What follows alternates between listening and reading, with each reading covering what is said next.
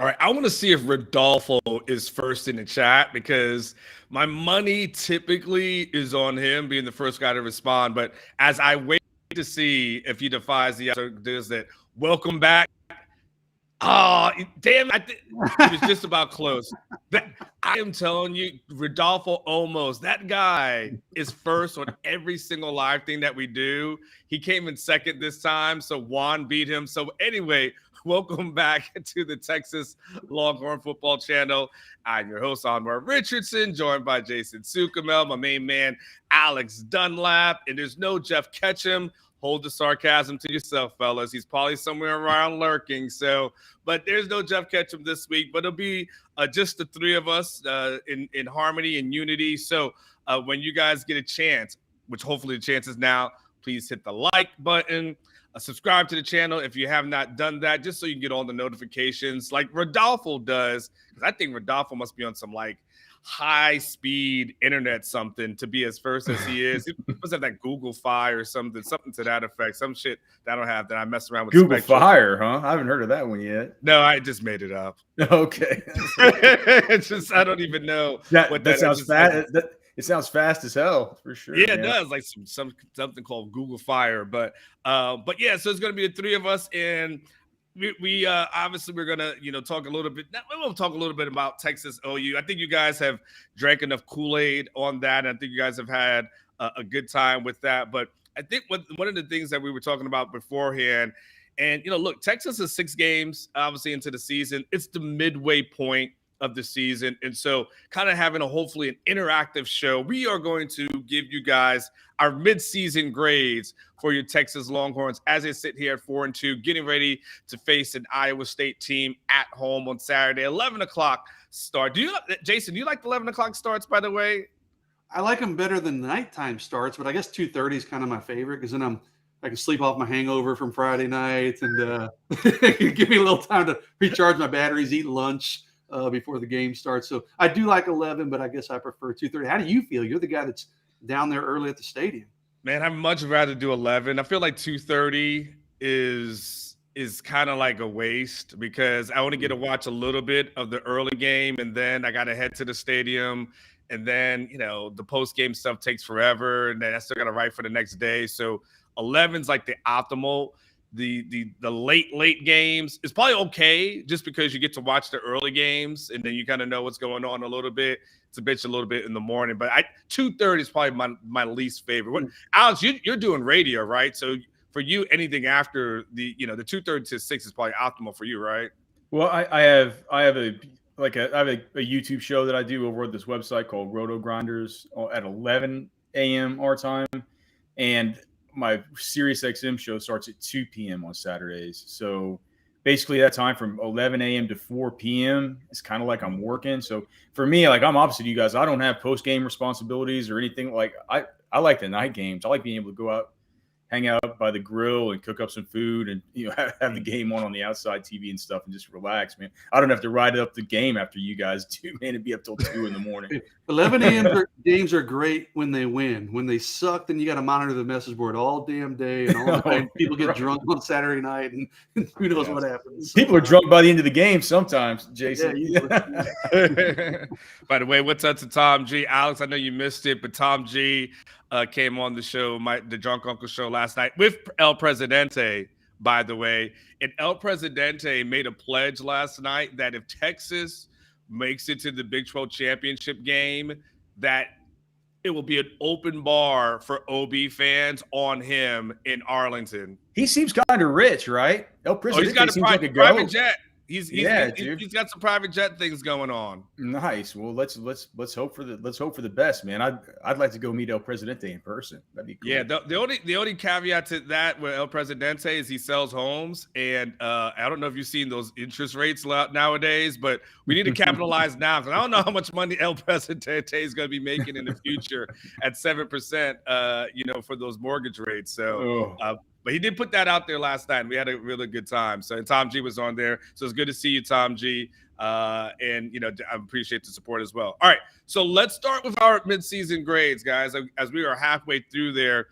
and we'll go position by position, so we can hopefully have a good time and good conversation with that. And you guys in the chat, make sure that you guys put in your grades when we get there as well. As I was going to do this on my show last night, guys, but I didn't.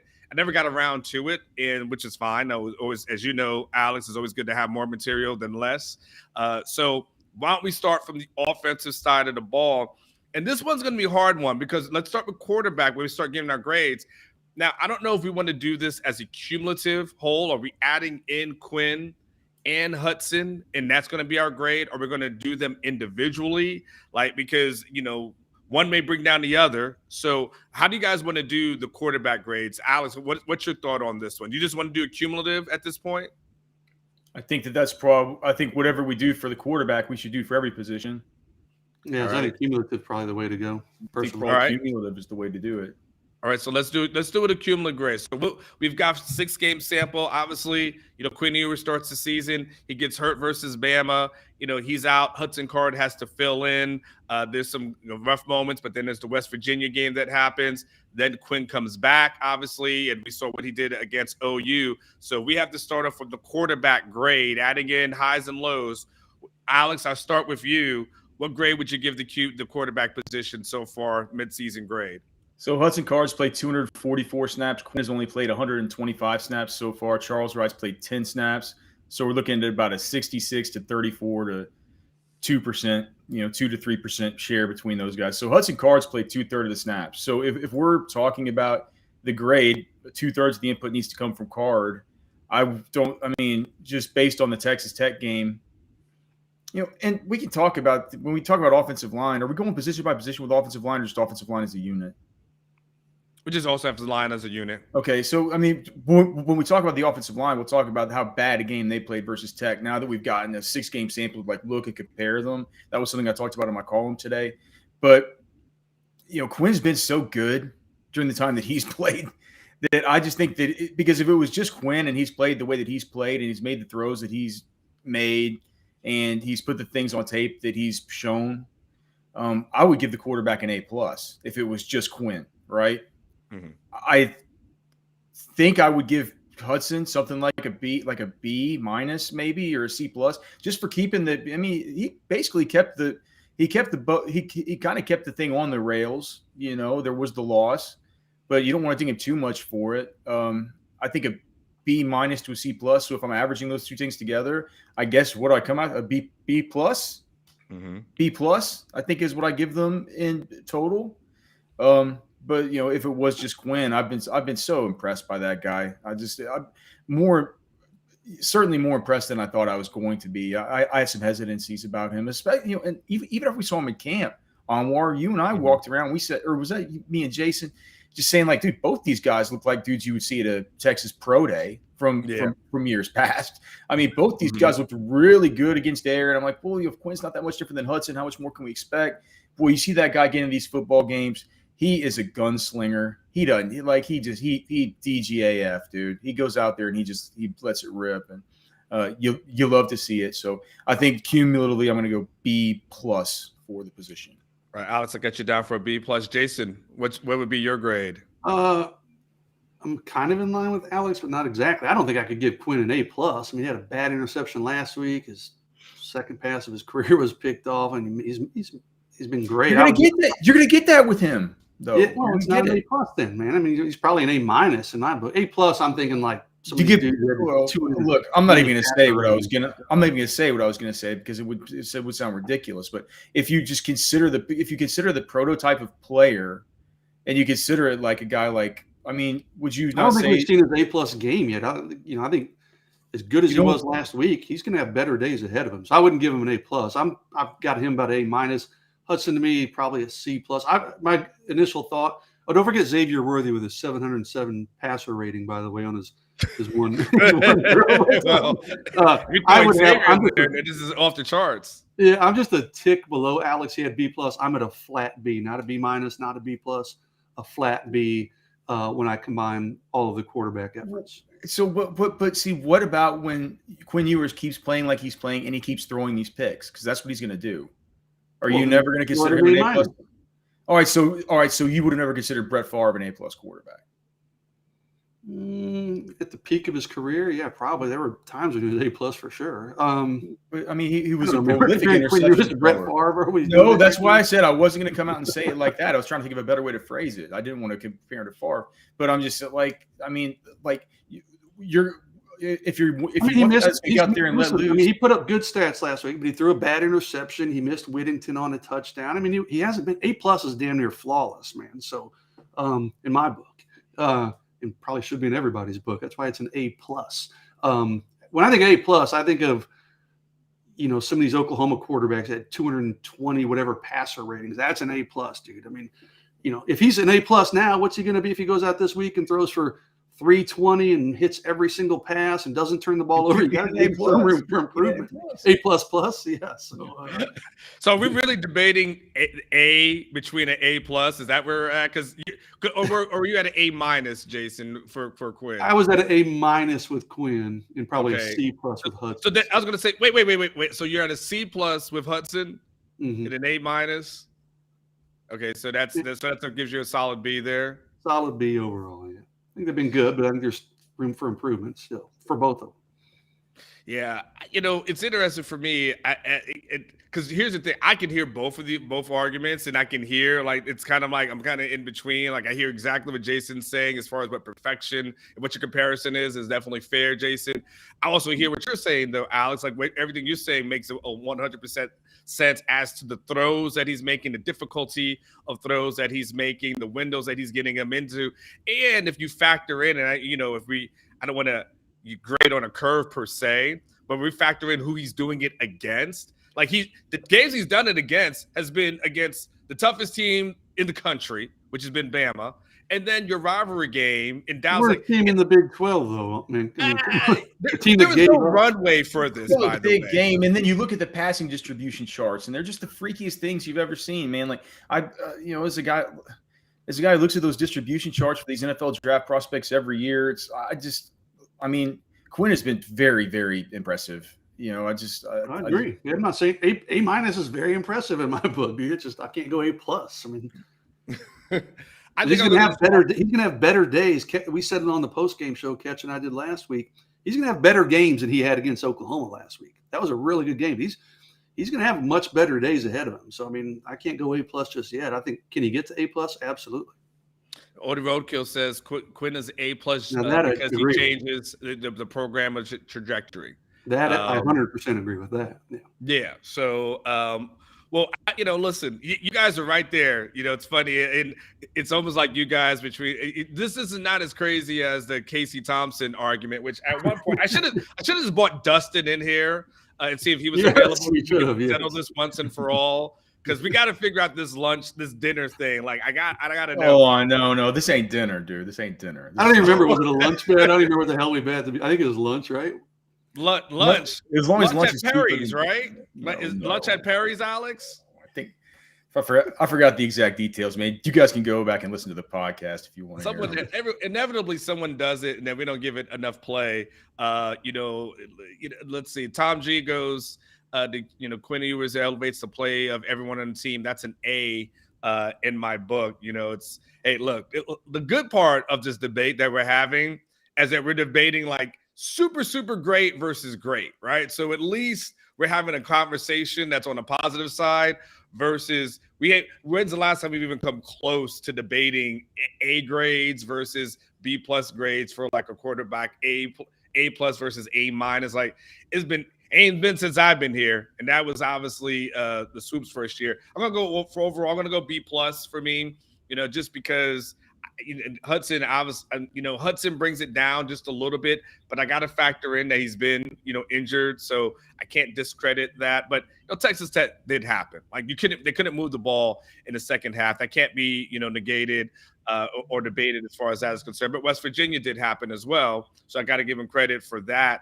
I don't know, Jason. You think West Virginia is worse than Oklahoma? Like I don't know. Like I think Oklahoma's worse, and I think especially last week, I think Oklahoma will have better days ahead. But without their quarterback, I think Oklahoma's worse, and I think Oklahoma completely gave up last week. So yeah, but I don't think Dylan Gabriel was that good going into that game either. He's not. So I don't better think what they put out there though. Those guys were awful last week. The defense didn't give up once the second team offensive line came in. Jesus, they pinned their ears back on those guys for 10 plays. Yeah, but, yeah. Anyway. All right, so we do. You realize Casey Thompson has as I hijacked this Modcast, his passer rating is 15 points less than Hudson Card's this year. So, Alex, you lost that bet, brother. Come on, it's lunchtime. Next week it's lunchtime. Casey Thompson led. Casey Thompson. Casey Thompson led. Casey Thompson leading the Big 12 in passing touchdowns? He's got 9 touchdowns and 6 interceptions. Come on, man. Is he leading the Big 12? I just don't see how a good quarterback, a guy that wasn't at least good, just good. That's all. Not great, just good. Could have led the conference in passing touchdowns while hurt and missing games. Did he also lead in interceptions as well? I'm not sure. I think let's go look that up. I'm only providing statistics about interceptions as well. Jason's going to look it up, but I'm pretty sure he led it in the conference in touchdowns and interceptions. I think he was able to pull off both. All right, let's keep it moving because we got a lot more positions to get to. Running backs, I don't think there's going to be a huge debate as far as grades here is concerned. I think it's probably just going to be a level of A, but I don't want to go ahead and taint the jury pool here. Jason, I'll start with you this time. From a running back grades, what do you got for those guys?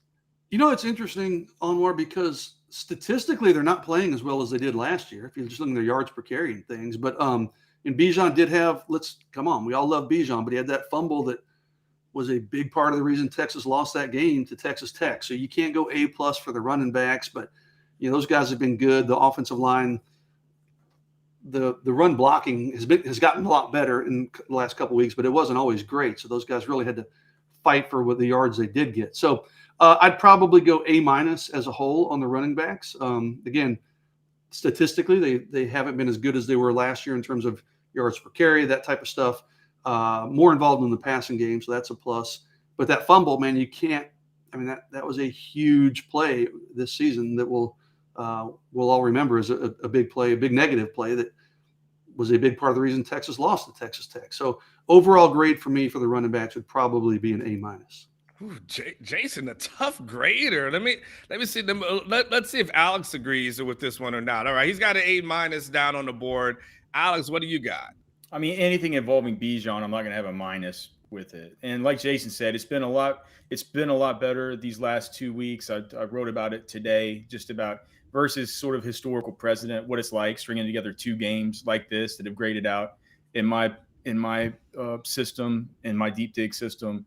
Like, this doesn't happen very often. And, it has happened before where we've had median scoring about where it is for these last couple games, but they've been good. Bijan, admittedly, he didn't break off any of his big house call runs in the that was the West Virginia game, right, Jason? None of the big Bijan Robinson runs in that game, despite the fact that it was blocked really well. But I go back to the fact that these guys are in 21 personnel almost 15% of the time this year, which is a lot to be playing. That's basically a 2 running back set, 2 running backs, 1 tight end. That's why they call it 21 personnel. And the fact that that's been such a big part of the offense, I think Texas. It goes to show Texas has a bunch of these guys who are good players, good participants who they want on the field, who they consider are some of their best players, right? That they want on the field. Roshan Johnson. There's packages to where Keelan Robinson, no matter what the game script is, Keelan Robinson's always going to be in the game for between 9 to 15% of the running back snaps, usually in these 2 running back type of sets. And it's just, if you look at it last year, on the whole course of the whole year, they were in 21, the same coaching staff, for only 22 snaps on the season. So we're talking about something that's basically 15% of the time this year versus something that was 2% of the time last year. The running backs are a bigger part of the overall operation. So for that reason, I mean, I guess Bijan gets dinged for the fumble. I guess they get dinged a little bit for a little bit less efficiency than we would be hoping for, but he's still being talked about as a possible Heisman candidate. He's still awesome. It's still Bijan. So if we can't give it an A+, I mean, I got to give him an A. I'm not going to have a minus attached to any unit that has Bijan Robinson. And real quickly, I was wrong. Bijan's he's 5.9 yards per carry. He was 5.8 last year. Roshan's down quite a bit. About a full yard. So, but yeah, Bijan's yards per carry is actually up by 1/10 of a yard. But even that's not all this A+. Everybody just focuses on the good, dude. Everybody just keeps running. Jason just doesn't want to hand out A+. A+ means you're flawless. A+ means something is perfect, pretty much. That's perfect. I mean, that fumble was a huge play. That's a 100, right? That and game A+ is like a 98 or 99. Fumble. Well, was it? I mean, that fumble was probably the biggest play of that game. I mean, yeah, there was a lot of bad plays in that game, but that fumble was the biggest play of the game. There's a reason Bijan was carrying a football around all the week after that. I mean, come on, man. You can't just people. I get it, man. It's Texas fans, but you got to remember it hasn't been perfect. There have been some flaws, even with Bijan, who we all love, and I'm the biggest Bijan Robinson fan, and I love that kid before he ever stepped foot on campus. But that fumble was a huge play. You've got to dock him a little bit for that. Whew, okay, well, Jason, boy, I tell you what, Jason ain't the one that be disciplined, boy. Jason. I can't imagine kids, man. Like, hey, I'm the one who had my daughter grounded her on vacation and made her pressure wash the house when we got home. Remember? So. I mean, here we go. Like, Jason ain't the one. Like, Jason's not. Let me tell you this, Alex. If ever I have to be on trial for something, I do not want Jason on my jury. I just don't. Like, because I know I'm screwed. Like, it takes a lot of convincing. Like, if I see Jason there, like, I know, please, yo, my guy. Lock him up and throw away the key. Yeah. What is jaywalk? Lock him up. Like, especially if it comes like the determining, like, the penalties and stuff. My God, Jason's tough. All right, I'm gonna go for an A, and I'm just for the sake of keeping the show going. I'm gonna move us down to wide receiver because I think that's gonna be the most interesting conversation that we're gonna have here from the wide receiver grades because Xavier's numbers are a little bit down. I got to see what Jordan's numbers are. I mean, Jordan's numbers are probably a little bit better because he's been a little bit healthier. But we when we get to the tight end position, it's a little bit different. No touchdowns for Whittington, I think. I can't picture him scoring a touchdown this year. 26 for 354, 0 touchdowns. Xavier's 24 for 360 with 4 touchdowns. Next receiver, Casey Kane with 4 catches. Tariq Milton 1, Gabe Sulcer 2 catches, Troy O'Mary 1, Ajay Hall 1, Savion Red 1. So not a wealth of stats for that group. All right. Well, Jason, I'll start with you. I'll go to Alex next, though. Where do we get the wide receiver grades at the midseason point? I think Whittington, even though he doesn't have the touchdowns like Alex noted, Whittington, I think, has been fantastic. Okay. The rest of that group, Xavier's had his moments, of course, but I think I said it in my post-game write-up. Xavier's also dropped probably more balls this year. Some of them were hard catches. I'll give him that. But he's probably dropped more balls this year than I remember him dropping all of last year. And there's just not much behind those two. Okay. So I do like the blocking effort. If we're going to factor that in, I think they get a little bit of a bump on that, but I'm probably going overall in the wide receiver room. I don't think I can even get into maybe could talk myself into a B-, but probably I'll go C+ just because Xavier hasn't been what we thought Xavier would be. Yeah. He's dealt with some injuries and just the lack of depth in that room overall. Just lack of production overall in that room. I'm going probably C+, I think, on one. Alex, what's going to be your grade there?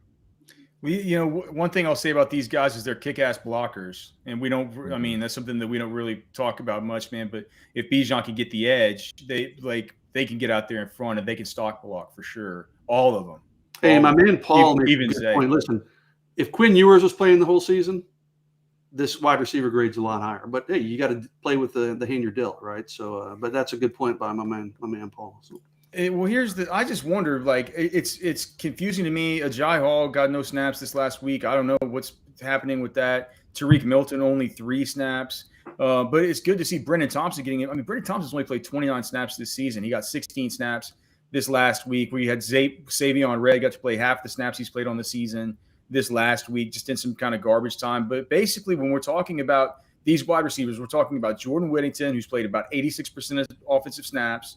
We're talking about Xavier Worthy, that's played 72% of offensive snaps, and Casey Kane, who's played at the X position that comes off the field whenever they go to 12 personnel, like which we talked about earlier. That's one running back, 2 tight ends. Whenever one wide receiver comes off the field, it's almost always Casey Kane at the X. So he's only been a 41% snap participant this year. Other than that, you got Tariq Milton at 14%, Brennan Thompson 7%, Reds at 7%, O'Meary's only at 5%. He's down here with Gabe Solser. Gabe Solser, by the way, who played over guys like Ajay Hall and Jaden Alexis. I don't know if Jaden Alexis is still hurt. Yeah. But regardless, so when we're talking about wide receivers, we're talking about those 3 guys, right? Whittington's been good, but he hasn't scored. He's been good with volume. He's a great blocker. Xavier Worthy's a better blocker than people give him credit for. He's had a down year, though. He's had a case of the drops. And then Casey Kane's just your average run-of-the-mill replacement level X wide receiver. So when you add those things up together, I mean, yeah, I'm like Jason. I have a hard time getting to B. I mean, can I give him an 80? Like an 80? Is that a B minus? I don't know. No, 80, 78, 80. I mean, technically that'd be a B minus, I think. Right on the precipice of a C plus. I mean, I could give him a C plus or a B minus. I would just like to give him an 80.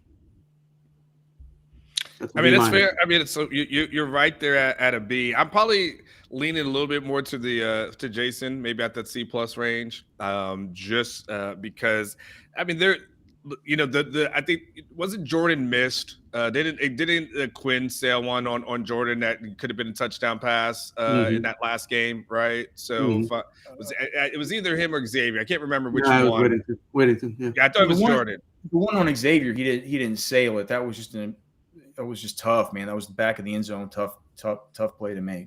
Yeah, but it looked like the one to Xavier, Jordan was missed. So so there's some of it is on the receivers, some of it's on the QBs. The one to Whittington. Now I remember it. Yeah. He sailed it big time. Yeah. And I think Whittington could have probably scored on that one if I remember correctly. So, I can't. No matter what, it doesn't matter, right? It's, Kevin Durant's foot can be on the line and, he can make the 3, but his foot is on the line and it counts as a 2. So it didn't count. But, at the end of the day, you still wanted to see a little bit more, from this unit. It's not to say this is a bad unit. We know that there's a lot of potential there. We know they're doing other good things well. And then, even Sarkisian talked about blocking and Xavier Worthy from a blocking perspective. But, look, at the prior to the season, we talked a little bit about Xavier and with Marion coming in and Bolitnikov potential talks. These are the kind of expectations that we kind of put on that room, and it hasn't seen it yet. Not now, to be fair, and I think Jason brought it up. They haven't played a QB all year long, so I think some of this that we from the grading perspective isn't all on the receivers. Like if they had this starting QB all 6 games. The numbers are higher. The touchdowns are higher. I will probably see a different stat line from these guys going forward. But for right now, for me, like I said, you're B to C plus range. I think we're all kind of in the ballpark as far as that is concerned. Now, this will be the interesting one as we transition. Alex, I'll start with you. Tight end room, which essentially is going to boil down to the Jatavian Sanders room, right, with some other guys filling in. You can tell me what the snap count looks like for the tight ends, Alex. I'd be kind of curious. But from that tight end perspective, I don't know, we've been in that AB range for tight ends in a long time. I'm curious, what do you got starting off for the tight ends? All right, so the snap counts for tight ends go. Jatavian Sanders has played 88.35% of snaps on the season. Gunnar Helm has played 30.71% of snaps. Andre Carrick has played 19% of snaps. Is that sort of, that big number 92 that plays the jumbo tight end. Other than that, you guys have Juan Davis. He's played 24 snaps on the season. He played 6 snaps versus OU. There's a walk-on named Patrick Bayouth, number 48, that plays. But, as far as the way these guys are being used, so Jatavian Sanders has had 326 total snaps. He's played 27 in line, so about 8% of his snaps in line, 24% of his snaps split out, and 68% of his snaps at H-back. Gunnar Helm has played 40% of his snaps in line, 14 split out, and only 46 at H-back. So basically you have Jatavian Sanders, who's playing a predominantly H-back and split out role. He's only in line 8% of the time, whereas Gunnar Helm is more of your traditional inline attached tight end.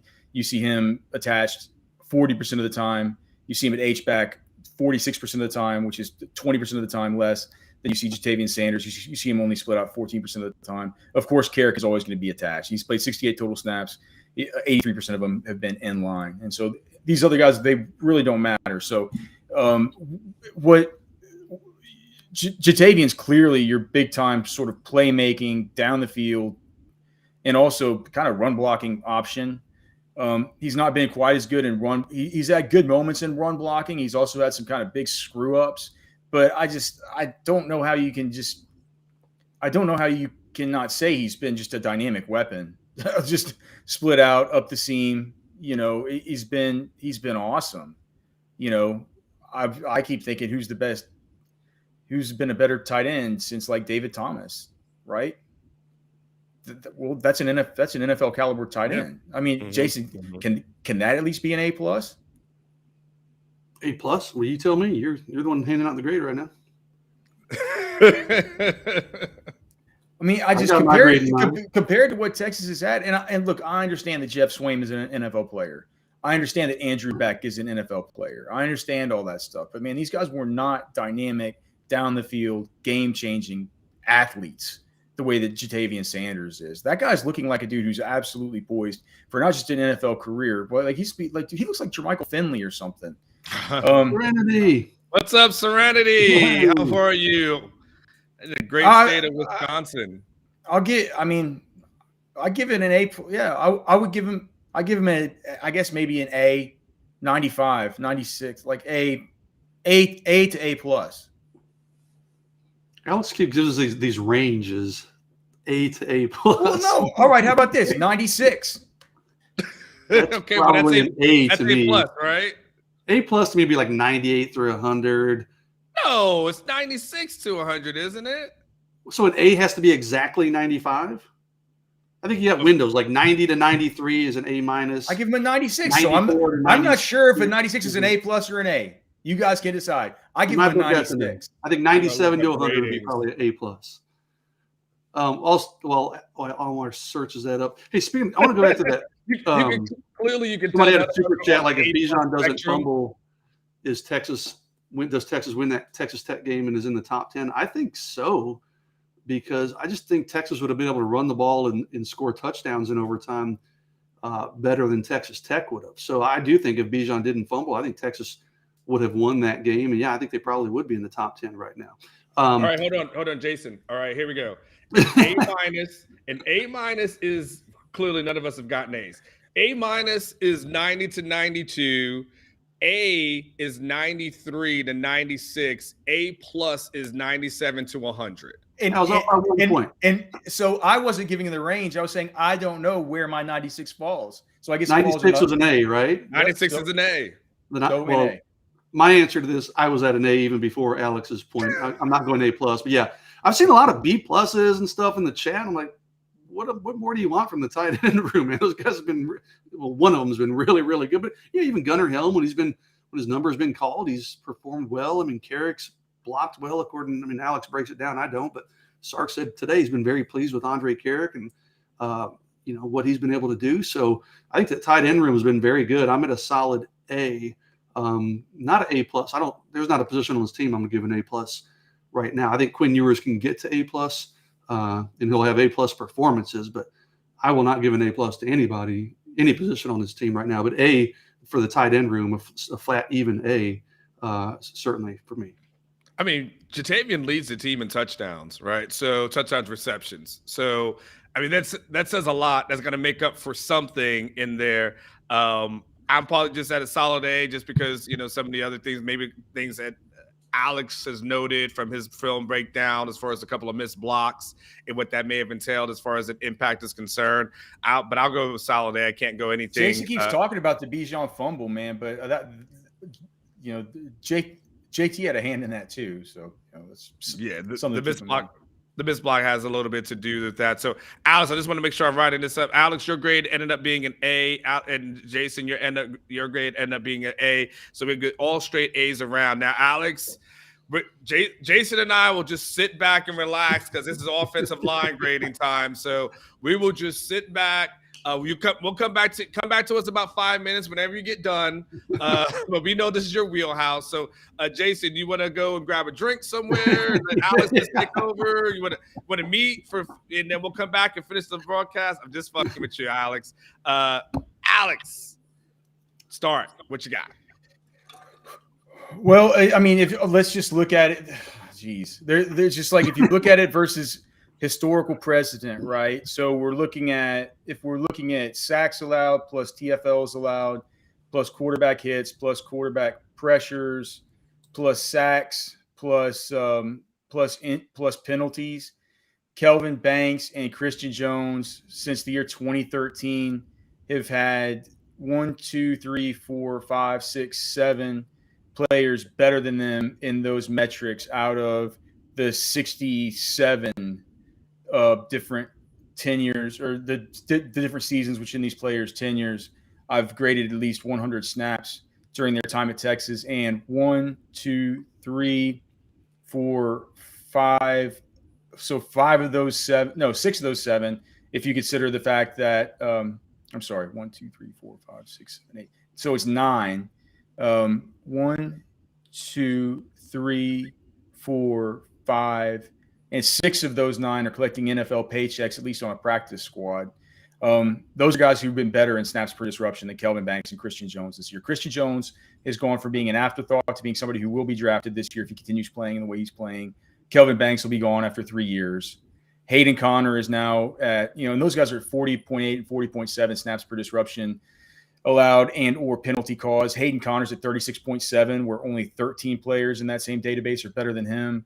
Their grades over the course of the last 2 weeks, there have been only 2 stretches of time where the grades on these players have been better over the course of the last 2 weeks.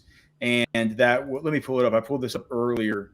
Dating back to 2013, there was only 2 times where they've had median grades in the deep dig that have been like this. So in 2020, there was a 2-game stretch where the offensive lineman's cumulative average was above 78. That was in the West Virginia and the ISU games. But as I pointed out, those games were heavily influenced by the fact that Sam Cosmi was just scoring through the roof. Same with a few 2019 games.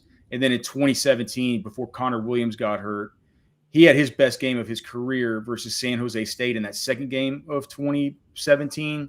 But then that first game of 2017, Maryland, he had like another like 83, 84 point game, something like that. He brought up the average. But if we look at the medians of these players, like two guys scored 80 in the deep dig versus OU this week.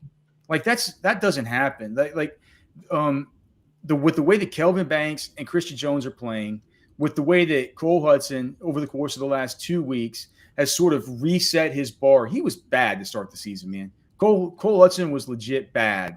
I'm sitting here wondering how on earth is Kyle Flood getting this dude in over DJ Campbell or any of these young guys? It's like what? But over the course of these last 2 weeks, you have to admit, man, he's looking good. His snaps per disruption caused is coming up. Now he's ahead of those Tristan Nicholsons of the world. He's ahead of those kinds of guys historically.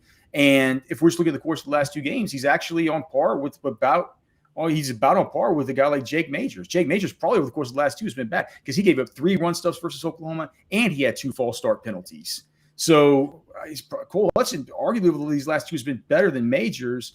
So if that's your weakest link, he's playing over these last 2 at least well enough to where the offensive line is not going to be a problem for this play calling at all. If you got 2 tackles playing like kick-ass dudes, you got Hayden Connor, who's as solid as they come, and your weakest link is one of those 2 guys is playing acceptably. It's like that's a big deal, man. Like you don't lose football games because of the offense when the offensive line is playing like that. Now there was the Tech game, which was miserable, so you have to throw that in, and you have to throw in the fact that they haven't been that consistent. But the other thing you can look at is I color code these grades by week in the deep dig. You can see like this is an upward trend. This is an upward trajectory. So if we take that into account, I'm going to give him an 87. So B plus. That should be a B plus. Yeah. Well, Alex, you're gonna hate this, but you and I are on the exact same page. I have them as a B plus. I think the tackles have been an A.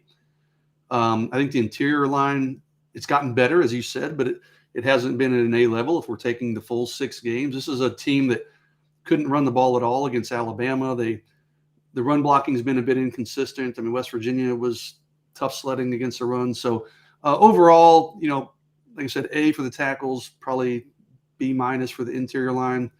I'm going B plus overall for the offensive line. B plus and getting better. I think that B plus can get into the A range over the second. If we do this again and grade the second half of the season, I think my grade probably will be in an A because I think this line is going to continue to improve. But for the first 6 games, I'm going B plus. By the way, Alex, and I agree with you guys as well. But Alex, tell me, what would it take for you to move that grade up? Like what things, I know you talked a little bit about it. What more things would you need to see, or what improvements do you need to see for this to kind of go back into that A range, right? Which by the way, last year you probably would grade them as a C, this unit? Oh, Jesus. No. It was been a C, F. It's just like, yeah, okay. I mean. Okay, so it's made it was miserable. I mean, you remember they had Christian Jones at left tackle. It was miserable. Like it was miserable. You remember last year? Yeah. It was a huge loss to lose damn Denzel Okafor. I mean, golly, can you imagine? Like this is a whole different ball of wax, man. Like, yeah, man. I mean, this is like overall, this is the best offensive line that I've seen since I've been doing this. I mean, Texas hadn't had 2 tackles. They've been playing like this. Are you kidding me? There have been times when you have a good left tackle like Connor Williams or Sam Cosmi, then you have some dude over at right tackle that's just some kind of, Darius James or something. Who even knows? So like some of these guys on this list, you look down this list of his historical precedent, some of these guys, and you just look at offensive tackles like Marcus. You can picture Marcus Hutchins over there, just stinking it up, looking like some goddamn robot. Kennedy Estelle, these kinds of guys, just like you stick over some dude, Tristan Nicholson, you stick some dude over there and just let him be a turnstile when you got some good left tackle. Like it isn't like that. That's when I was mentioning earlier the average grades and why I broke it up today in the deep dig when I'm talking about the average grades versus the median grades, right? Because a median is a measure of central tendency, right? That's a measure of what your true middle really is, not some sort of average that's inflated by some dude being really awesome and other guys being pulled up by him, right? It's like who's the third best out of 5? And like the median grades right now are just off the charts compared to his historical precedent. So, I don't know how I got on that exactly, but I mean, clearly it doesn't change my point. The original question was, what would it take for you to get it up to the A grade? Right. So, I think that I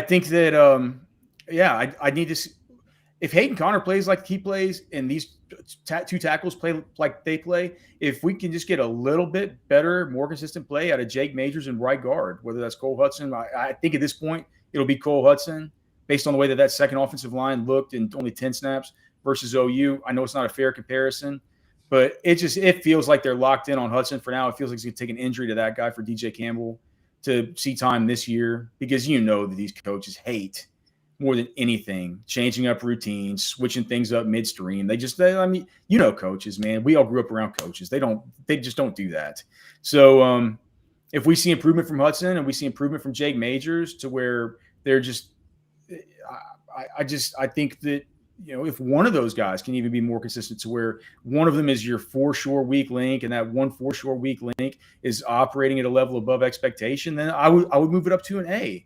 Because look, the tackles are good, and I was the last person coming into the season that thought I would be saying that about Christian Jones. And if we're being completely fair and to be completely honest, I wasn't convinced that Kelvin Banks was ready. I thought DJ Campbell was more ready coming in. Sure. Clearly I was wrong. But both those guys have just wildly, exceeded my expectations. And this isn't anything that I forecast, but it is what it is, and I can only depend on my numbers and my eyeballs and my instincts and my training, and this is what I see. All right. Well, let's go then and switch to the defensive line position, which is basically the defensive side of the ball. So we'll start up front with the defensive line. So for a defensive unit, I'll stay with you, Alex, that, was ranked 100th last season. They're in the 30s right now, which when we start talking about day and night improvement, there's one bad game to speak of, which is Tech. Sarkisian will tell you one bad half is what he'll tell you as relates to this defense. But overall, he feels really good, about it. There's a lot of different things that are happening. We'll talk about the stunts that we're seeing and different looks and to that effect. But Alex, let's start up front with those guys from a defensive line perspective. Let's start with you. Give me your thoughts before you give us a grade. Well, I mean, clearly they're better right now at getting to the passer, especially Keandre Coburn, man. I can't believe it. I'm looking at Keandre Coburn from last year. So Keandre Coburn from last year, I have him for, and these could be different than these will be different than the official grades from the university because the university double counts everything. Isn't it crazy that if Keandre Coburn gets a sack, do you know what the university credits him with? A sack, a tackle for a loss, and a solo tackle. All those NFL things. does it, I think, right? I don't think so. I don't know. Yeah, I'm pretty sure they do. My fantasy league, that's how they score it, and they do go by the official stats. It sure as hell isn't how I do it. But so with that in mind, so keep that in mind. But I mean, last year on the whole season, 368 snaps. Keandre Coburn had 1 sack and 6 pressures. Okay, so far this season, Keandre Coburn has had, let's see, I didn't look at this beforehand, so hopefully it doesn't. All right, 2.5 sacks, 3 quarterback hits, and 5 pressures in half the games. It's just a night and day. Yeah, that's night and day. I mean, I didn't look at that stat beforehand just because I knew it would be a drastic difference. But so Keandre Coburn for me has been a big improvement. If you look at his snaps per production over the course of the season, at 6.31 right now, as opposed to last year when he was at 10.37. That's a monumental shift. That's taking into account all the different statistics that the deep defensive thing does, like tackles, assisted tackles, sacks, quarterback hits, pressures, tackles for loss, batted passes, fumbles caused, fumbles recovered, run stuffs, pass breakups, interceptions, pass blowups, defensive touchdowns, safeties, lockdown bonuses, completions allowed, completion percentage allowed. Those don't apply to him. Burns, which don't apply to him, misses, penalties, and blown contains. So take all those things into consideration. And Keandre Coburn is basically twice as good this year as he was last year. Byron Murphy's as good as he was last year. Tavandre Sweat, what is Tavandre Sweat's been much better, right? Last year, Tavandre Sweat was at 9.15 snaps per production caused.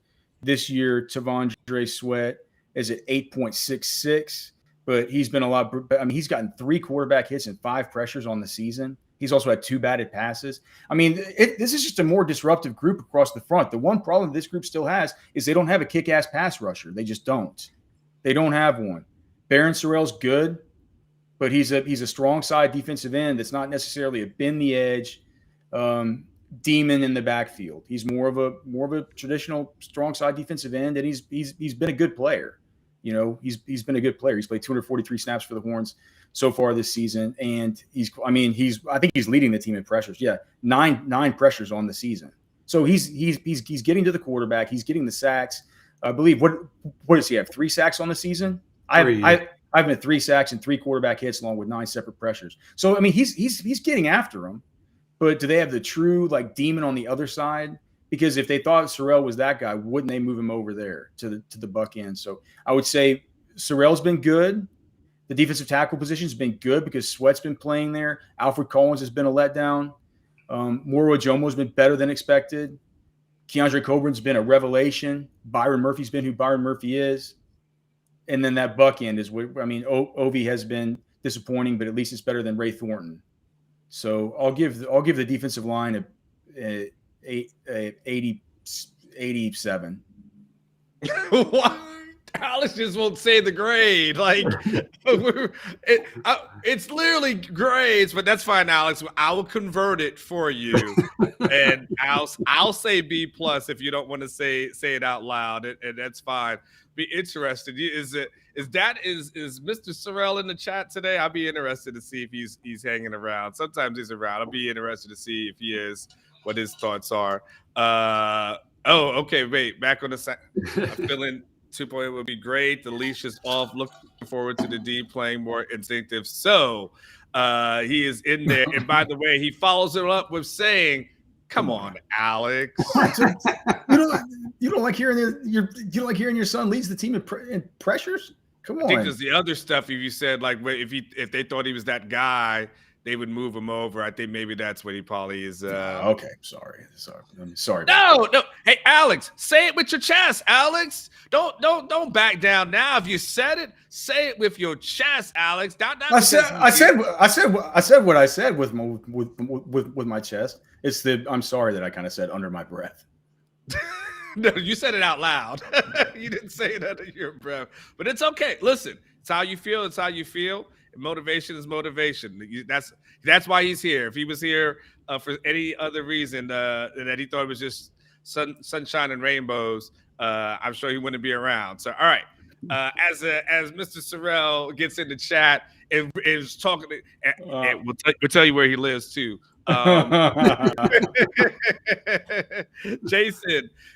Jason's going to go the opposite. He's going to go, Sorrell is like the greatest player on defense. I don't even know who doesn't see that. Like, but anyway, go ahead, Jason, go with your grade. You're kind of correct on where I'm looking at the stats, like just the official stats, and like Keandre Coburn last year had 15 tackles and 1 sack. This year, halfway through, he's already got 13 tackles, 1.5 sacks. So he's basically doubling his productivity. Tavandre Sweat's pretty close to that. My issue with the defensive line, and honestly, other than Barron Sorrell, I mean, they just needs to still make more plays overall. I mean, Ovi hadn't been good enough. Dorba hadn't been good enough. Finkley hadn't been good enough from any of them. Well, no, I take that back. I think Ovi has 1 forced fumble, but no forced fumbles, no fumble recoveries. Other than Vernon Broughton's had a forced fumble. Did he? Okay, I didn't scroll that far down because no, not officially. He doesn't, Alex. He's got 4 tackles on the year. Well, he has a forced fumble. I can put up the play. By the official. I just need more game-changing plays from that group before I give it a higher grade. I mean, seriously, other than Barron, flashing in some key moments, and again, I mean, Sweat's been better, Keandre's been better, but that's also a reflection of how poorly some of those interior guys played last year, I think. I don't think Byron Murphy's been as disruptive as any of us expected he would be. Bottom line is it's been a decent group, but I still think there's more in that well that they can tap from. So I'm going B- on the defensive line. B-. You're saying this is borderline C, you're like borderline like C+. You're going to talk me into a B because I think back of that Alabama game. Okay, they kicked some ass in the Alabama game, but yeah, B-. I mean, if I'm given a numerical grade, it'd probably be like 82, 83. So, I mean, upper end of B-. But yeah, I'm going B- for the defensive line overall. I need more game-changing on any trial that I'm on. Like, seriously. Jason, this is a defense from a collective that's giving up 18 points a game right now. So that for this overall, this is the 18 points a game. They're ranked, I believe, 34th or 35th, somewhere in there. That's within the nation. Like, this is not a defense that does look bad outside of just a small portion of it. And because if we're starting with a defensive line, I'll let you talk, but I'm just gonna say we're starting at B-. I don't know how anyone else gets an A grade that's here from a defense that is literally one of the better ones in the nation right now. That's the only reason I'm saying it, Jason. They played a shitty Oklahoma team, a West Virginia team with no offense. UTSA was moving the ball until they lost their quarterback. The Alabama game was the outlier. That was unbelievably impressive. I mean, yeah, statistically, you're right. They're pretty solid, but I don't look at this defense as being, when I watch, I'm like, oh my gosh, this is the 85 Bears. I mean, this is not a dominant defense. I mean, Iowa State's not going to test them very much, but we'll see what they're made of, against Oklahoma State, Kansas State, TCU, maybe Kansas. We'll see how they hold up against those guys. I mean, they held up exceptionally well against Alabama. They laid an egg against Texas Tech, the only other somewhat pretty good offense, and they didn't hold up very well against UTSA when UTSA's quarterback was in the game. So, I think B- is pretty fair. I don't know that I'll give any group on the defense an A. I mean, they'll all be certainly passing grades and B to B plus probably, but I don't know that any group on this defense deserves an A in my opinion. But anyways, it's your turn. Okay, that's fair. Hey, it is your opinion. It's what you're entitled to. I think I'm closer to Alex than you. I think you and I would probably be grading on a different scale, and maybe I'm grading a little bit based off of what I saw last year. I'm going to give them an A- as far as my grading is concerned.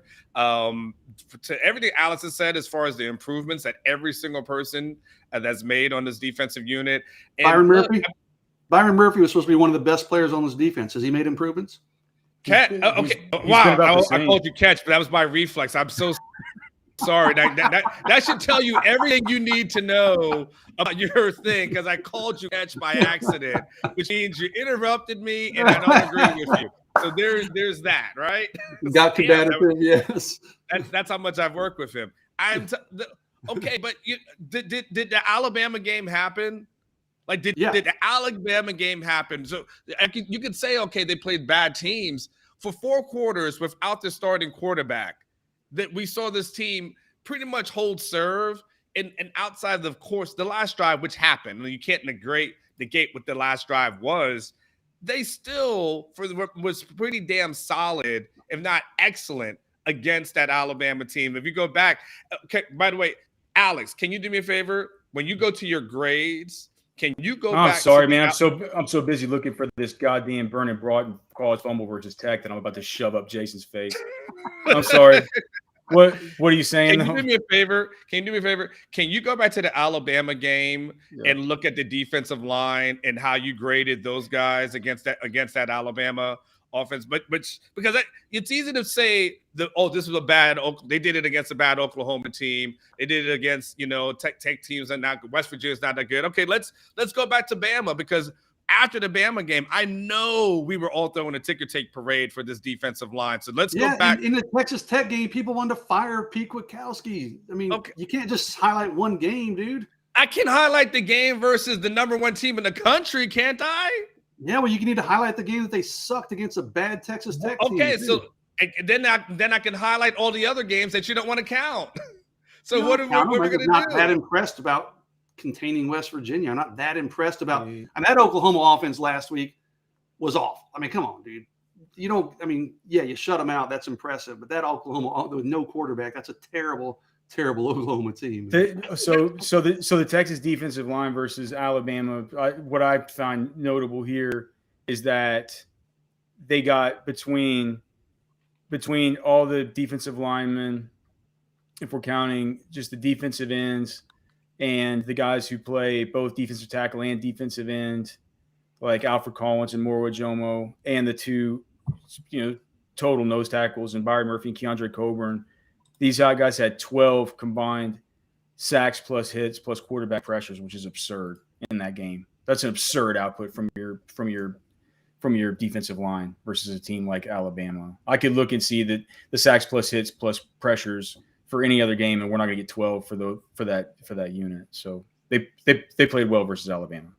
Okay, so there's my argument there, Jason, that against that, so against what you would consider a bad team, this defensive line has played well. Against the number 1 team in the country, this defensive line has played well. So if you want to factor in Tech, I will add that in there, and that goes from me an A-, which is overall through 6 games. Hey, they've done what they needed to do. Sure, the UTSA thing was a little, whatever for a second. Texas Tech, and then they've done what they need to do against everybody else, and that's why I'm not at an A+.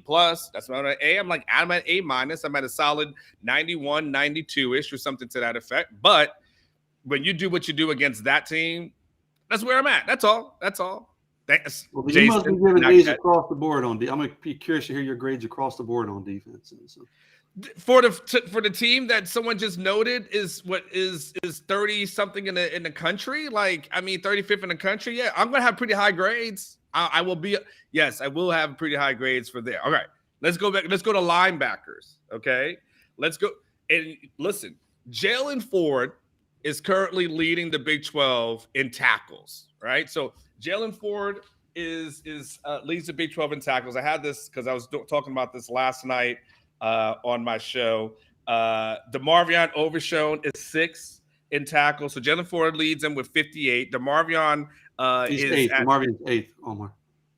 He's 8th. Okay. I had him down at 6 for some odd reason, but he's 8th with 43. So you got 2 guys in the top 10. You know, I think you might be right. Yeah, I'm sorry. I was looking at the wrong thing. Yeah, 6. I'm sorry. So he's 6. So okay. So you got 2 guys in the top 6 for a unit that, you know, we were Sarkisian himself was worried about what the linebackers would look like. And then eventually he hit a point where he said, was it late, Alex, maybe in training camp or so, that he started saying like he felt good about the linebacker unit and what that looked like.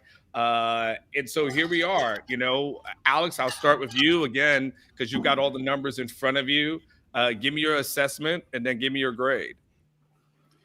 Well, I mean, Jalen Ford's been the most productive guy on the defense, and that's been because of the tackle. I mean, the pure tackle volume. He's been a massive tackle guy. The one thing about Jalen Ford, though, also leads the team by far. I mean, I should have this pulled up. So Jalen Ford, he leads the team. I know he leads the team in missed tackles. Oh Jesus, yeah. He has 9 missed tackles on the season, which is 5 more than his nearest competition. Yeah, 5 more than his nearest competition. Jade Barron's missed 4. Jet Bush has missed 4 somehow on only 79 snaps. Jaron Thompson's missed 4, and he's missed 9. So, but, he's played a whole lot of snaps, and he's also made a ton of tackles on his own. Outside of that, though, I mean, it's just out of the pure tackle volume. I mean, he's had a sack. I have 3.5 tackles for loss. I'm not sure what the official stats are on that. 2 quarterback hits. Jason, what is his cause fumbles? Do they not have him for do they have Jalen Ford for any forced fumbles? Or 1 forced fumble for Jalen Ford. So he has 2. And then 1 run stuff, 1 PBU. I mean, he doesn't really do that much outside of the pure tackle volume, but the pure tackle volume has been insane. DeMarvion Overshone has been good, a lot more well-rounded player. I've been surprised with all like the pass breakups and the blow-ups and stuff that he's had this year. They're 2 of the most productive players on the team. They're both in tier 1 in the Deep Digs grading scale. With that being said, I'm not sure the dynamism that sort of gets them there in the same way that a Malik Jefferson would have gotten there, right? Mm-hmm. These feel more like Anthony Wheeler type. Do you remember how Anthony Wheeler would stack up these tackles and kind of be high in these sorts of metrics? So I can't give him I think I give him a B+, 87 or 88. Okay. Wow, Jason? I'm going to floor everybody. I'm going to grade a little higher than Alex. Ford, to me, is an unbelievable story. After getting shut out in the season opener, in like Almar said, he now leads the conference in tackles. I think Overshone's been pretty good. It's really those 2 guys that we're talking about, and Tucker Dorsey a little bit. I'm going A-, and the only reason I'm not going a little higher than that is, again, kind of like the defensive line, but even less so. They're not making the big game-changing plays. I mean, yeah, they've got a couple sacks, but Ford has 1, Overshone 1.5 officially. But combined, 1 forced fumble, no fumble recoveries, no interceptions. I need more big plays out of this, frankly, out of this defense overall. Hold on, 1 forced. You don't have Tucker Dorsey with a forced fumble? Because I can show you that one right now because I just found that one versus Tech. I'm still looking for. Now I was talking about Ford and Overshone because to me those are 90% of the linebacker unit is those 2 guys.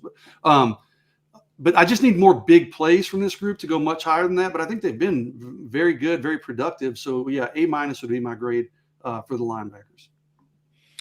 All right. Well, I'm staying there with my defensive line and of course linebackers for me A- for a lot of the reasons that Alex has outlined. And again, this is for the most part we haven't seen a team just run wild and run crazy with their running backs against this defense. And so that has a lot to do with what you're getting from your linebacker play. I mean, and being able to make those tackles, solid tackles. We don't see. I know I was pointing out the missed tackles. I'd be curious to see how many missed tackles you saw from the linebackers last year, because I'm sure.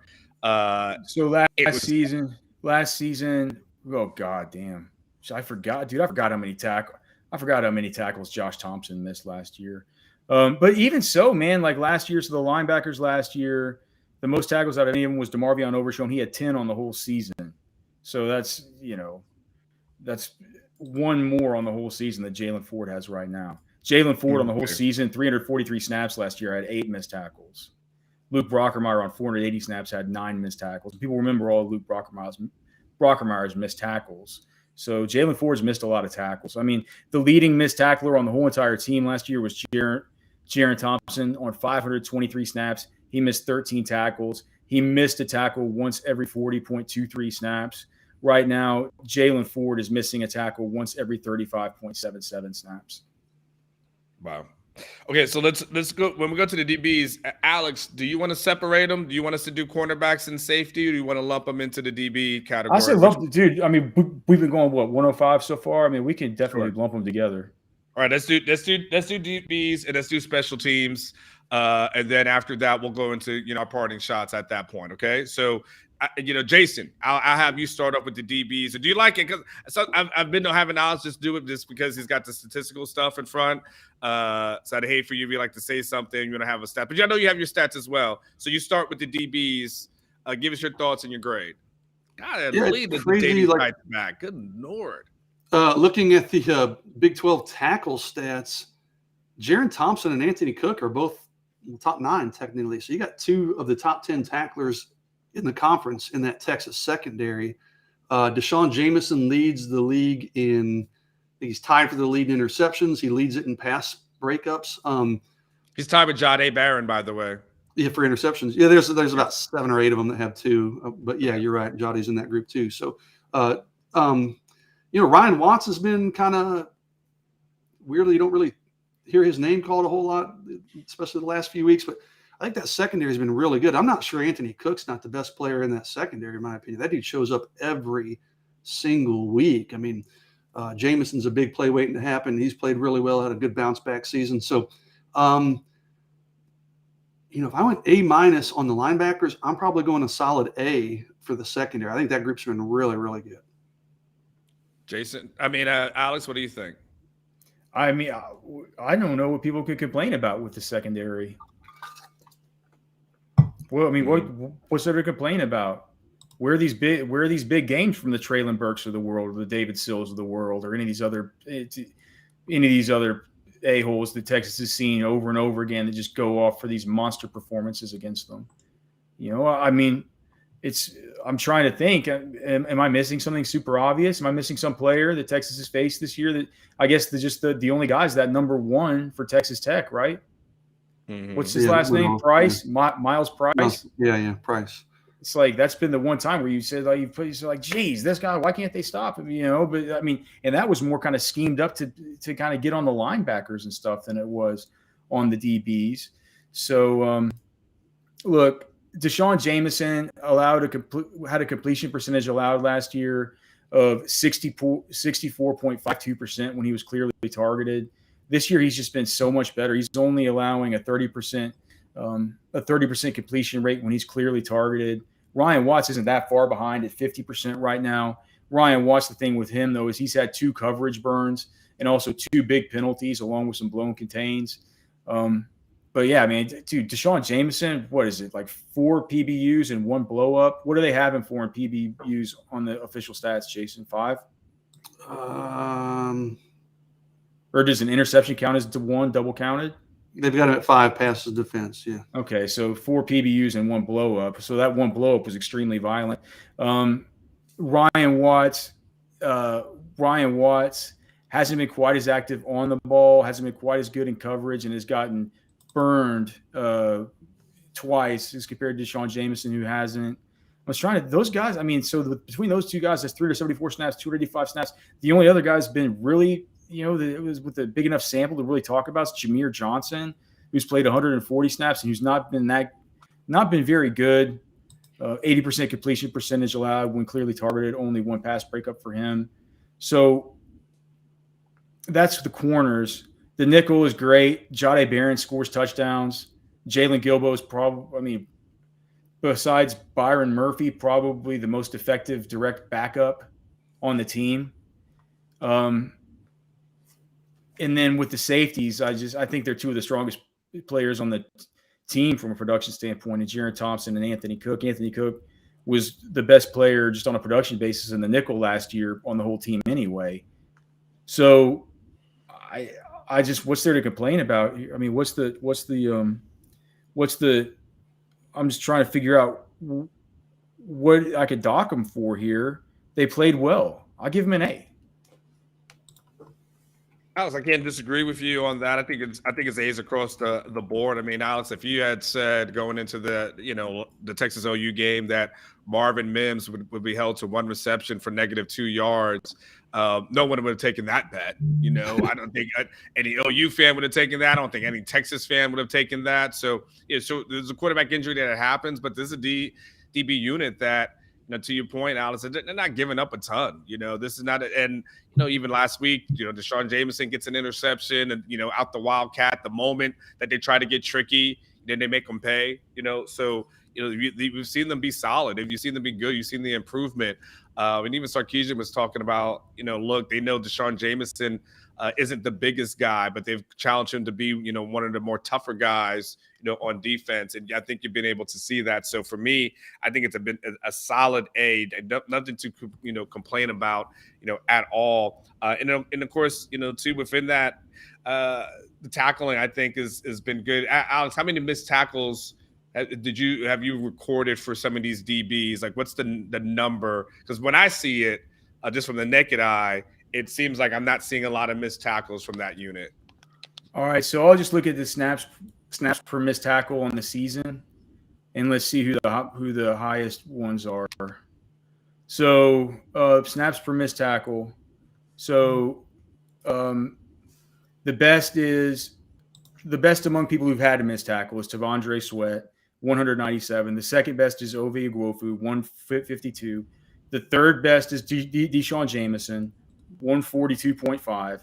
The fourth best is Ryan Watts, 124.6. The fifth best is Anthony Cook, 108.66. The seventh best is Jaron Thompson at 92.75.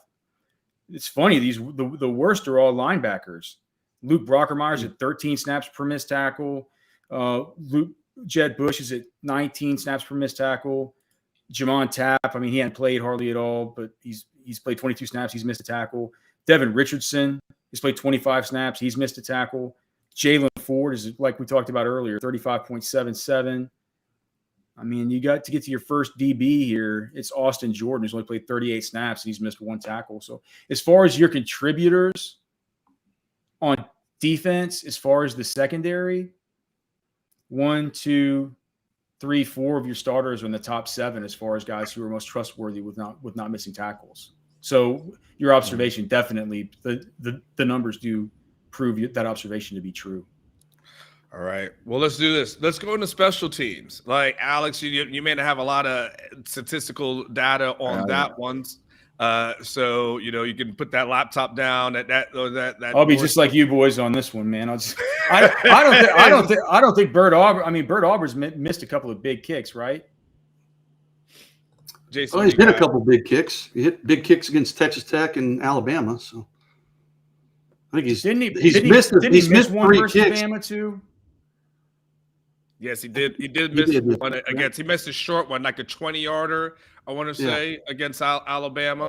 Really short one that could have made a difference in the football game. Yeah, I think it was like a 20-yarder, something to that effect. These guys saying I'll give special teams an A. Are you kidding me?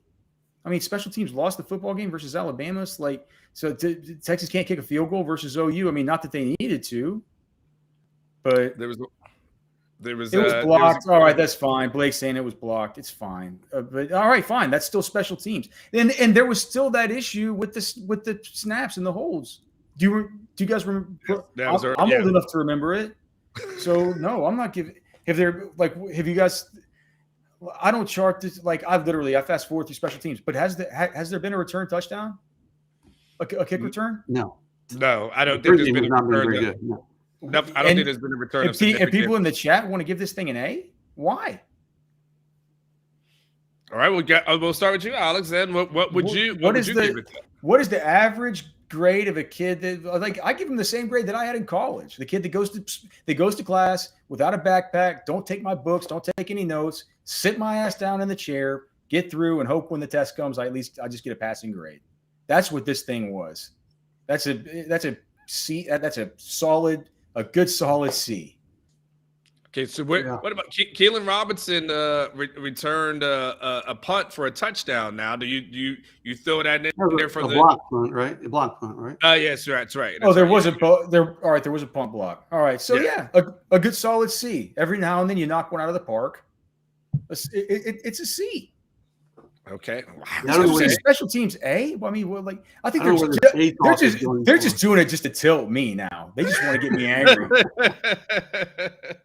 They had a couple big plays, the punt block, and then I'm trying to remember. I thought they had one other big play early in the season. I can't quite recall, but I'm like their return game. They're 7th in kick returns in the Big 12. They're 7th in punt returns in the Big 12. And there's only 10 teams in the Big 12. Don't let the name fool you. I mean, they're not doing anything poorly. I mean, Bert Auburn has hit some big kicks, but he's also missed some kicks. I mean, he missed one last week that didn't matter, but it would have put the game into the 50s. So, I just don't see anything. Their punting game's pretty good with the Trejo kid. It's 5th in the Big 12, so it's pretty mediocre there. Kick coverage has been really good. But overall, I'm kind of with Alex. I mean, I just think this is kind of it's a passing grade, but it's just a C for me. I'm trying to see. I'm just looking here to see where they are as far as the return game is concerned. They're kind of down there as far as the return game is concerned. I don't know why ESPN doesn't put this from a numerical standpoint. So I give them, as far as like the coverage units, that seems to be doing well, right? And we're not seeing anything like punts that are going long distances or hanging on for dear life as far as kickoffs or anything like that is concerned. It seemed to be solid from a tackling perspective. Alex, you're correct though. There were some miscues that happened early. But to do get the block and that to get a touchdown from there, I'm probably a little bit more at a B- for this group, just because what I want to factor in, honestly, the coverage thing is kind of important for me, because I don't want to see teams putting a kickoff on a 40-yard line, 45-yard line. I want to make sure. Now, kicking it out of bounds definitely helps, but when they don't do it, I haven't seen anything long. So just for me, just because I don't see anything coverage-wise that is going crazy. Now, what I like to see some punt returns and kickoff returns, like when you have that opportunity, sure. I don't know if you're going to be able to do that with Roschon Johnson back there. I think Roschon Johnson is that guy that gives you, I'm not going to fumble, as opposed to putting, the guys who could be a little bit more electric back there.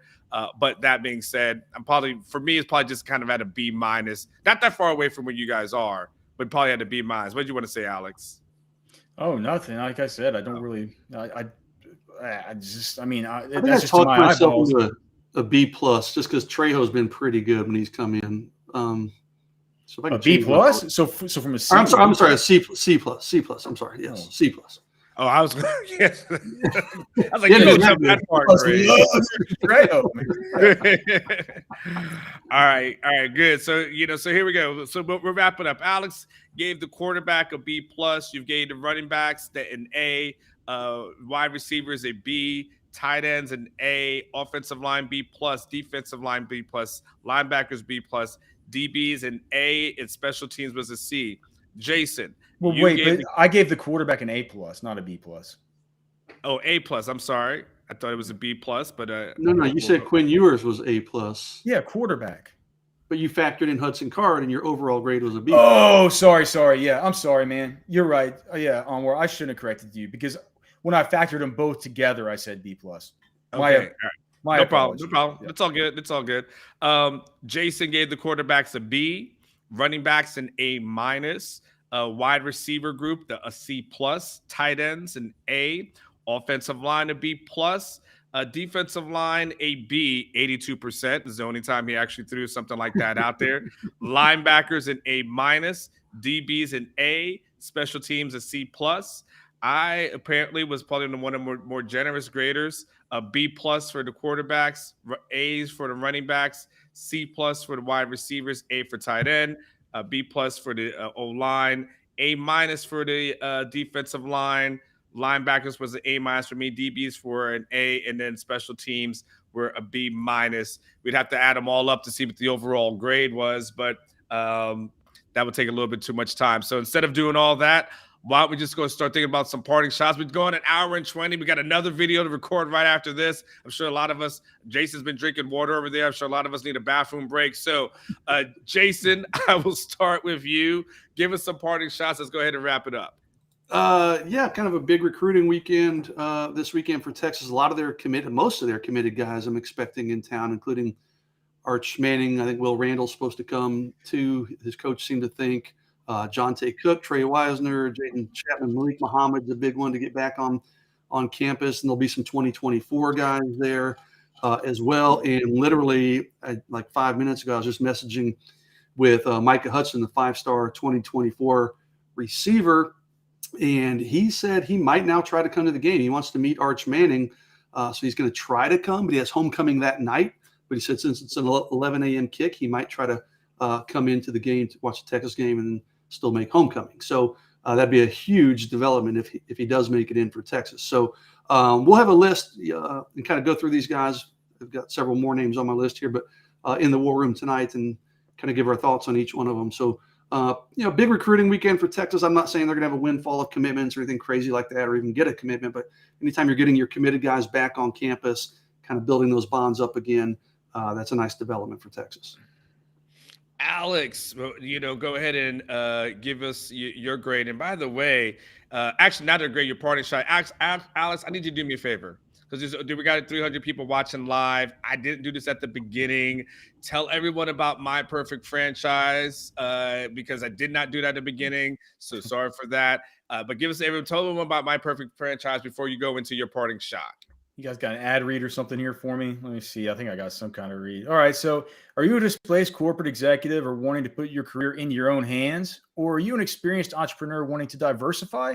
Well, Andy Ludecki can help. Andy's a longtime Orangebloods member, a diehard Longhorn and franchise veteran, having owned multiple franchises and businesses. Using his expertise, he helps others find their American dream through a very thorough and free consultation process. Call Andy, put your life and career in your own hands. It's 100% free. So what do you have to lose? Find your perfect franchise at myperfectfranchise.net. It's Orangebloods owned. You can contact Andy Ludecki through the site. He's on the website, Orangebloods at myperfectfranchise.net is his username, or you can call him at 404-973-9901. Good news for me. I'll wrap this into my parting shot. So Andy's giving me, Andy said, he sent me a text. He's like, I'm giving you 3 options. Let me just, let me see what this is. And so Andy, he sponsors my column, and before he ever sponsored this stuff, he was sponsoring that. And he was, whenever he would get new customers from the website, we just get a certain number of new customers, he would let me, he would invite me out to his home because he lives out there by Mobile, Alabama, and this called Fairhope, Alabama. So he said, these are my, and we get to go on fishing trips. So he says, now my options are a premium guide to fish reds and trout right before or after the Senior Bowl locally there in Mobile Bay. 2, Louisiana fish camp for reds and trout before or after Senior Bowl, like on my way out. Or 3, a 2-night trip at the best time of year to catch snook and tarpon off the coast of Western Florida. And I told him, he said, which one do you want to do? I said, look, I'm not going to do number 3 again, because the last time I did catch a tarpon off on where you're from that part of the world, you know that Suncoast of Florida at the end of May, whenever the tarpon run comes in, boy, I got on one. I caught it. I probably still have the. Let me see if I can grab it. Look at this thing. Uh-oh. Look at this. No clue where this is headed. Look at this. That's a scale from him. Oh, wow. So that's how big it was. But dude, after that whole thing, I'm done with tarpon fishing. I'm finished with it. I was dead to the world. I was going to say, how screwed up were your hands at that point? Dude, honestly, the guy was like, throw your bait back in, man. They're all around. I'm like, I know. That's why I'm not throwing it back in. I don't want anything to do with another one of those things, dude. I've gotten this one. I'm done, dude. I'm done. So I'm thinking about, if anybody has any suggestions in chat, whether they would do the Louisiana Fish Camp or the Mobile Bay one, let me know. But yeah, that would be my parting shot. And I'm only able to do it because Andy's such a great guy. He's doing good business on Orangebloods, and he wouldn't get so much referral business at myperfectfranchise.net if he wasn't really good at what he does. Nice. All right. Well, listen, that sounds like a hell of a deal. So if you've been looking to basically get rid of working for the man, and when you want to start your own thing, Andy's got the hookup for you. Because look, all three of us are forming OrangeFans.com at some point. So, and Andy's going to be the guy that helps us do this. So, and maybe we'll form on two instead, an own network of things. So maybe we'll do that as well. So, but he'll go check out Andy, for all that. Just for my part, it's not really anything great. But listen, make sure you just check out all the great content here on our YouTube channel. Make sure if you're not on Orangebloods, it's now still a great time to get into it. Everything that Alex gave you just a small portion of the analysis that he does every single week. And if you just want to go beyond being the average fan who just gets some stuff off of Twitter and social media and you're getting a surface knowledge of the team, but if you want to have a better knowledge of this team, and look, there's no better time than now because this team's actually good. So you actually want to read about it and know a little bit more in depth and in details where you can go beyond what your friends are talking about, kind of like fantasy football, right? You can be a person that gets on Yahoo or ESPN, or you can get on Alex's website for a more detailed analysis, and you can learn a little bit more than what everybody else is talking about. You actually have some more expert advice and expert opinions, right? So I'm just telling you, go behind that. The stuff that you get from Jason from a recruiting's perspective is bar none. He's always on top of his game, all the things that are going on. So there's a lot of things that are going on. I do some, I break news every once in a while. I try to do my best. But yeah, if you got a chance to sign up, for Orangebloods, make sure you get here on this Texas Longhorn Football Channel. We're putting out content for you all the time, as much as possible.